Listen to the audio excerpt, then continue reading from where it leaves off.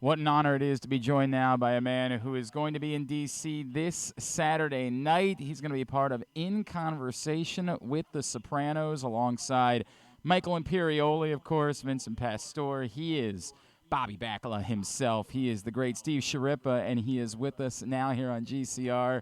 Steve, it's Glenn. It's such an honor, man. Thank you so much for taking a couple of minutes Hey, for us. Glenn. Thank you very much, man. Thank you very much. Uh, How are you? Good to talk to you. I have so many dumb fanboy questions that I want to ask you, so I want to make sure because I know. Let's do it. You're talking to a dumb guy. Let's do This it. is perfect.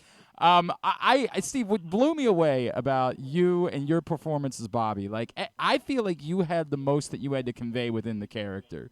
Someone who was genuinely a sweetheart, but yet never suffered from any misgivings about what it is that he was involved with. How in the world did you manage as an artist to walk that fine line between those two things for as long as you did?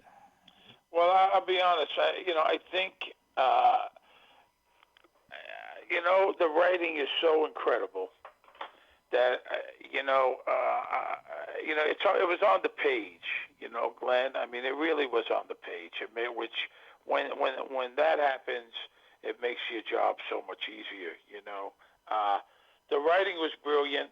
No one ever told me who Bobby was. It kind of was just in the writing, and no one ever said, hey, this guy is this and this guy is that. And it was kind of, listen, we hired you, you tell us, you tell us. And so they just wrote, at the beginning especially, Bobby wasn't the brightest guy, and he kind of took care of Junior, and, he took care of Junior, and he wasn't the brightest guy in the world, and he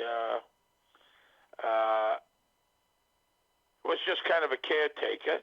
And then as the seasons went on, he, obviously married Janice, so now he's, next to the boss every Sunday at dinner. And, was Bobby dumb? I don't know, dumb like a fox. Right, maybe, yeah, or a genius, exactly. So, it was kind of like that. Yes, he was a nice guy, and at some point we talked about it. He inherited Junior from his dad. Yep. So he got the job kind of by default. He grew up around these guys in the neighborhood. I think at one point there was talk he was a head waiter, and then he took care of Junior and became his driver, and then from there, he moved up the ladder. It was a fun guy to play because I think deep down Bobby was a good guy. Yep. He was in the wrong kind of work. It wasn't by choice he was there.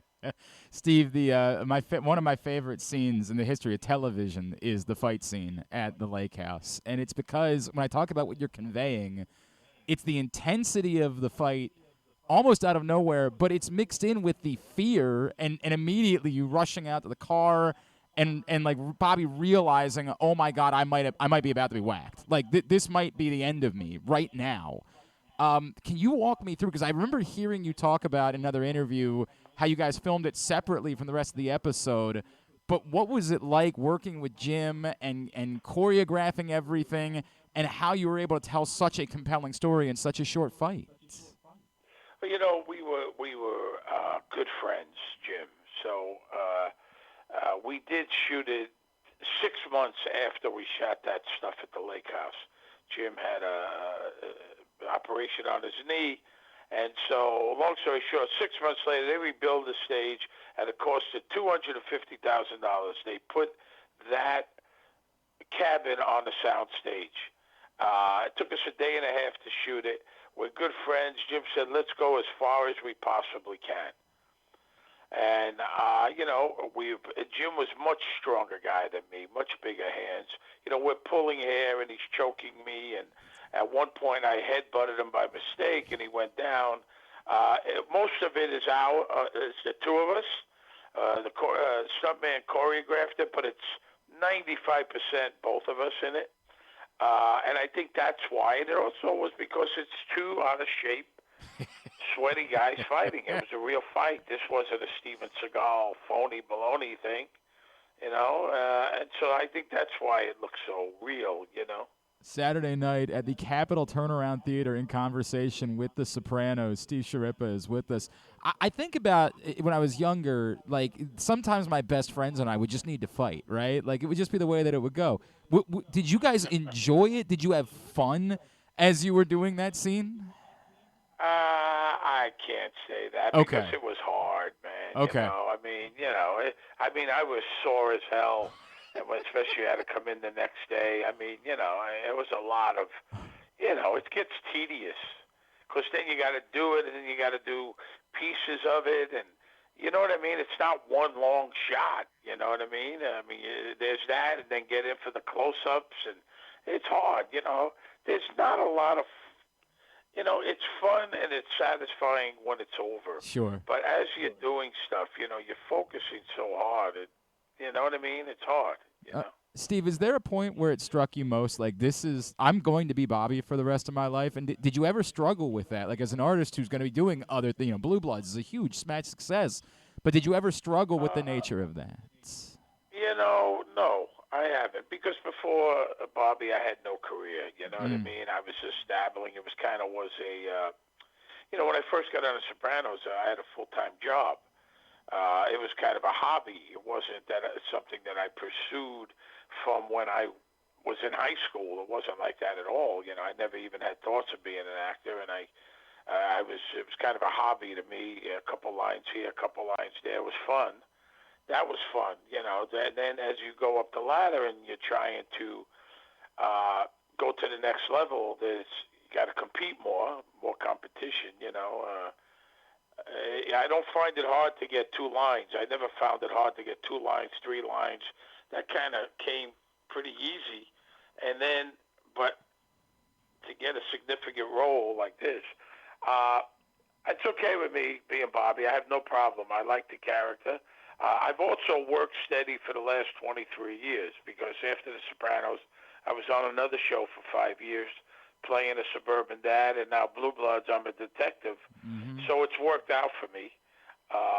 But, yeah, I'm always going to be that guy and the wise guy. But what am I going to do? Play an English professor? I'm a blue-collar guy, Love that. That's okay.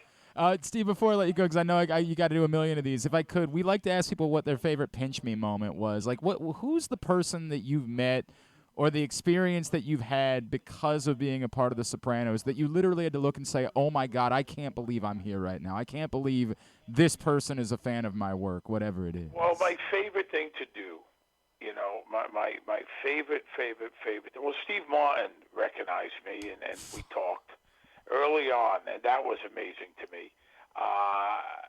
But my favorite thing to do with all of this is I'm a big Nick fan. So I was a kid with no money. I grew up on welfare. I scraped up $6 in the old days to sit at the very top in college. I played college ball, and to sit at the very top of Madison Square Garden looking down going, how do you get down there? And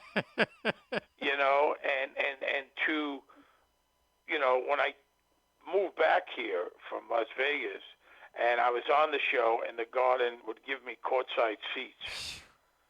And so for the last 20-something years, I go to the Garden and I sit courtside. Oh. And that is my favorite thing to do. That is cool. That is so cool. The favorite thing to do. And, Kobe hugged me at half court and the show was on. And it's not really even the people. I enjoy the games. I love bringing people. People never want to sit anywhere else after they do that. So that is my favorite perk that I've ever gotten. A Saturday night in Conversation with The Sopranos at the Capitol Turnaround Theater in D.C. Steve Schirripa, what an honor, man. Thank you so much for spending a couple minutes with us. Thank you. Great talking to you.